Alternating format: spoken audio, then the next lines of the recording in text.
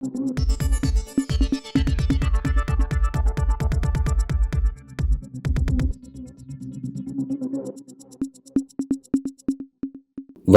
இடைத்தேர்தலில் போட்டியிட்டு முதல் முறையாக எம்பி ஆன பிரியங்கா காந்தி நாடாளுமன்றத்தில் தனது முதல் பேச்சில் அனைவரின் கவனத்தையும் ஈர்த்தார். குறிப்பாக மோடி தலைமையிலான பாஜகவின் கடந்த 10 ஆண்டுகால ஆட்சியில் இந்தியாவில் ஏற்பட்ட பிரச்சனைகளான மணிப்பூர் விவகாரம், அதானி விவகாரம், இஸ்லாமியர்களை 2ஆம் தர குடிமக்களாக நடத்தும் பாஜகவின் போக்கு, மசூதி இடிப்பு விவகாரம், இஸ்லாமியர்களுக்கு எதிரான தாக்குதல் என உணர்வுபூர்வமான பல அரசியல் விவகாரங்களை குறிப்பிட்டு மோடியையும் பாஜகவையும் அவர் விமர்சித்து பேசிய பேச்சு பழுத்த அரசியல்வாதியின் பேச்சு போன்று இருந்தது.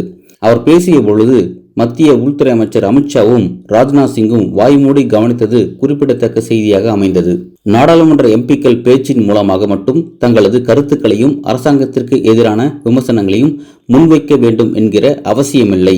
அதை இப்படியும் செய்யலாம் என்று ஒரு புதிய முறையை அறிமுகம் செய்து காட்டியிருக்கிறார். அது என்னவென்றால், நாடாளுமன்ற அவைக்குள் வரும் எம்பிக்கள் தங்களது பொருட்களை பையில் வைத்து கொண்டு செல்லலாம்.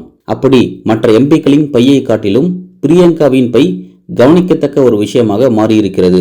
அந்த பையில் எழுதப்பட்டு இருக்கும் சில வார்த்தைகள் ஆக சிறந்த அரசியல் குறியீடாக இருக்கிறது. வெறும் பையை தோளில் மாட்டிக் கொண்டிருப்பதன் மூலமாக தனது மிகப்பெரிய அரசியல் நிலைப்பாட்டை வாய் திறக்காமல் சொல்லிவிட்டு செல்கிறார். அப்படி அந்த பையில் என்ன அரசியல் வசனம் எழுதப்பட்டிருந்தது என்றால், தற்போது உலகையே உலுக்கி வரும் முக்கியமான 2 போர்களில் ஒன்று இஸ்ரேல் அமாஸ் போர்.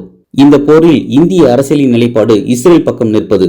ஆனால் அமாஸ் இருக்கும் பகுதி பாலஸ்தீன நிலப்பரப்பில் இருப்பதால் இஸ்ரேல் பாலஸ்தீனம் பிரச்சனையில் ஒரு நிரந்தர தீர்வு வேண்டும் என்று இந்திய அரசு கருதுகிறது. அதாவது பாஜக தலைமையிலான இந்திய அரசு. பாலஸ்தீனம் இஸ்லாமியர்களின் நாடு. உள்நாட்டில் பாஜக இஸ்லாமியர்களை எப்படி டீல் செய்கிறதோ அதே போலதான் பாலஸ்தீன இஸ்லாமியர்களையும் டீல் செய்கிறது. எனவே பாலஸ்தீன விஷயத்திலும் இஸ்லாமிய வெறுப்பு பிரச்சாரத்தை பாஜக பின்பற்றி வருகிறது.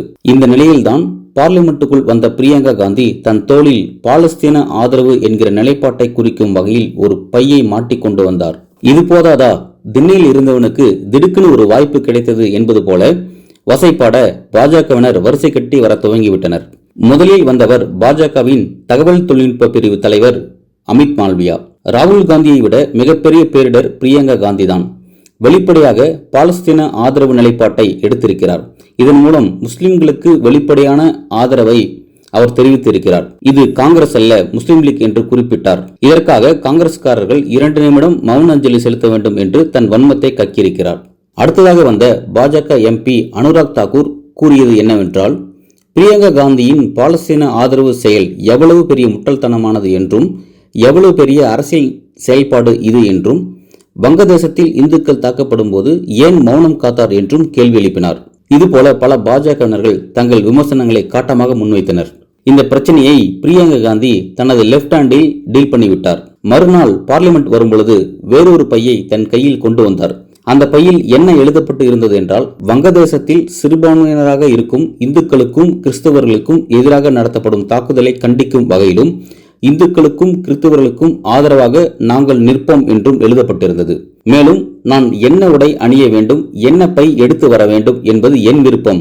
உங்கள் ஆணாதிக்க மனநிலையை என் மீது திணிக்காதீர்கள் என்று பாஜகவினருக்கு கண்டனத்தை பதிவு செய்தார். உடனிருந்த எம்பிக்கள் பிரியங்காவின் பையை ஆர்வமுடன் பார்த்தனர். பிரியங்காவின் இந்த செயலை எதிர்பார்க்காத பாஜகவினர்கள் அதிர்ச்சியில் உறைந்து போயினர். இந்த விவகாரம் எதை நினைவுபடுத்துகிறது என்றால், லோக்சபா தேர்தல் 7 கட்டங்களாக நடக்கும் பொழுது மோடி 2ஆம் கட்டத்திலிருந்து தனது வெறுப்பு பிரச்சாரத்தை, குறிப்பாக இஸ்லாமிய வெறுப்பு பிரச்சாரத்தை தீவிரமாக முன்னெடுத்தார்.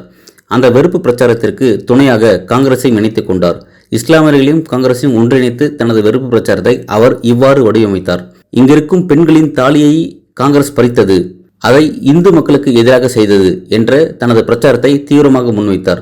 இதற்கு பதிலடியாக யாரும் எதிர்பார்க்காத வகையில் பிரியங்கா முன்வைத்த பிரச்சாரம் அனைவராலும் கவனிக்கப்படக்கூடிய ஒரு முக்கியமான நிகழ்வாக அமைந்தது.